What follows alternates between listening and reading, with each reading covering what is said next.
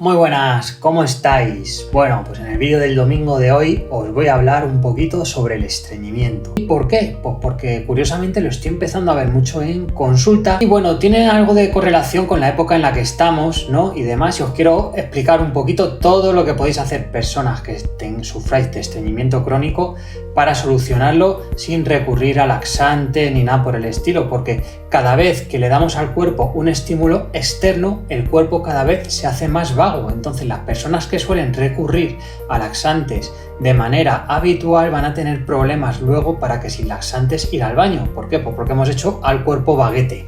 Se ha acostumbrado a que le demos algo y entonces él se hace vago. Bien, vamos a entender un poco el contexto. Estamos a la final del verano y en el final del verano es la época más seca del año. Realmente el campo es cuando más seco está, los ríos es cuando menos agua tiene y nuestros cuerpos también es cuando menos líquidos tienen, porque en el verano, si no nos hemos cuidado muy bien con hábitos de hidratación y sobre todo de nutrición para no secarnos, pues lo que hemos hecho es terminar con estos líquidos orgánicos bastante ya agotados, y personas que tengan ya una base predominante de una insuficiencia de yin o de calor dentro de su cuerpo se van a ver exacerbados estos síntomas.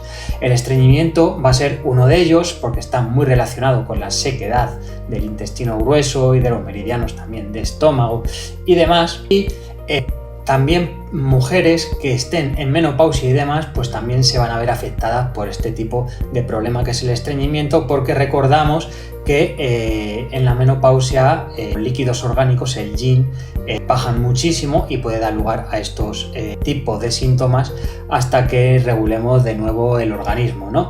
Entonces, ¿qué podemos hacer para combatir el estreñimiento? Bueno, muy bien. Pues lo que tenemos que conseguir es volumen en las heces y lubricación en los intestinos. Bien, ¿cómo se consigue esto? Pues para conseguir volumen en las heces lo que tenemos que tomar es fibra. Fibra sobre todo de las verduras, de los cereales integrales y de la legumbre, ¿vale? Es fibra que no se digiere correctamente y lo que hace es generar un bolo alimenticio, un bolo fecal, alimenticio cuando lo comemos y fecal cuando lo vamos a echar en el intestino grueso. Y luego tenemos que lubricar.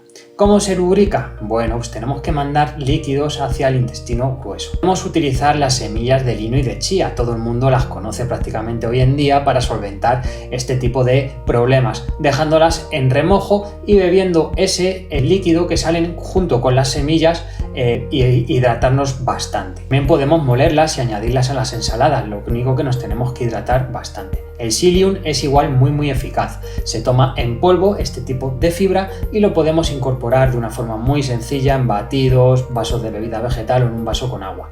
Lo único que con el psyllium, por favor, os tenéis que hidratar muchísimo porque absorbe muchísima agua y si no nos hidratamos lo que va a hacer es una bola seca que lo que va a hacer es estreñirnos mal. Por eso muchas veces personas que tienen estreñimiento, por más fibra que comen, no consiguen resolver el estreñimiento. Tenemos alimentos buenísimos para el sistema digestivo que nos van a ayudar. Por ejemplo, tenemos la papaya, tenemos también la calabaza y tenemos las verduras, son las cebollas y los puerros que si los hacemos al vapor son perfectos para lubricar los intestinos. Aparte de esto, hay otros alimentos que no nos vienen para nada bien. Cualquier tipo de harina, tenga gluten o no, lo que va a hacer va a ser una masa, un pegamento ahí en los intestinos que nos puede ralentizar el tránsito y personas que tiendan al estreñimiento por sequedad se van a ver afectados. Otros son los lácteos. Los lácteos vemos que también generan un cierto tipo de estreñimiento por esa humedad que generan en el tracto digestivo. Entonces, parte de las cosas que podéis tomar son las cosas que debéis dejar a un lado. Bien, dejar las harinas, dejar el pan, dejar el gluten, las pastas, no pasa nada, hay cientos de alimentos, ¿vale? Es que parece que es un drama cada vez que se habla de este tema y hay cientos de alimentos, igual que si privas de tu vaso de leche desnatada, sin lactosa y demás, no pasa nada, puedes beber agua que prácticamente es lo mismo, si no, pues recurrir a las bebidas vegetales o a una infusión y no se acaba el mundo y no te va a dar una osteoporosis por no beberte un vaso de leche, porque el calcio se absorbe de otras fuentes mucho mejor, ¿vale? Esto es lo que podemos hacer. Y otra cosa que tenemos que hacer sí o sí es movernos. El movimiento es clave. ¿Por qué? Porque tenemos que estimular el movimiento del intestino y tener unos abdominales fuertes, no tener lasitud. ¿Para qué? Para que puedan no haya una lasitud en los tejidos y que se puedan hacer bien el movimiento peristáltico. ¿De acuerdo? Entonces todo esto es lo que podemos hacer. Pero os voy a comentar algo muy interesante y que no se tiene muy en cuenta y que yo creo que está detrás de muchísimos estreñimientos que yo veo, ¿bien? Y es el estrés crónico mantenido en el tiempo.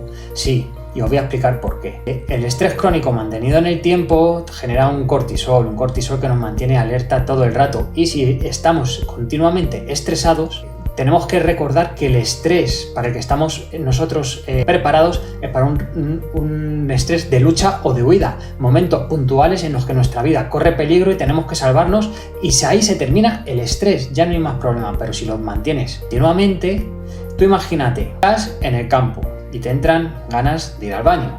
En el momento de que te pones de cuclillas y empiezas a defecar, eres vulnerable para depredadores o para enemigos, ¿vale? Entonces no tienes que estar estresado para poder ir al baño, porque si piensas constantemente que estás... Eso es lo que piensa nuestro cerebro, aunque tú creas que no, que van a venir a atacarte, que van a venir a quitarte a la familia, a robarte, a no sé qué, vas a entrar en un estado de calma, a hacer algo que realmente te vulnerabiliza ante todo el mundo, que es defecar. Bien, pues el estrés está muy presente en este tipo de estreñimientos. Entonces lo que tenemos que hacer es bajar también nuestros niveles de cortisol. Y pensaréis, pero si yo no me estoy estresado, ¿qué está diciendo yo no me siento estresado y demás? Bueno, mirad, un ejemplo que tuve en consulta esta semana. Una niña de 12 años, que ya la he tratado, un Helicobacter pylori con éxito, erradicamos el Helicobacter pylori, pero es una niña muy despierta, muy madura para la edad que tiene, todo se le agarra a la tripa, ¿vale? Todo, ahora está empezando el instituto, ha pasado del colegio al instituto y demás, pues unos dolores digestivos importantes, ¿no? De asimilación, de tragar con las nuevas experiencias que vienen. Y a mí me decía, pero si yo no estoy nerviosa, yo no estoy bien. Y le miro las pupilas y tenía las pupilas dilatadísimas. Los síntomas de tener el cortisol elevado es que las pupilas se dilatan. ¿Por qué? Porque tenemos que ver mejor al enemigo o a esa presa para cazarla. Entonces son cosas que, aunque nosotros pensemos que no, sí lo estamos. Entonces reducir el estrés, para mí, que es la clave en estas personas que os cuidáis, que coméis más o menos bien y que no conseguís regular el estreñimiento. Mirar por ahí si hay estrés, si no hay estrés y demás, que puede ser clave. Bueno, pues os dejo con estas reflexiones de domingo, vídeos un poquito más distendidos para daros siempre alguna píldora de conocimiento y demás. Es que nada, que tengáis una muy buena semana.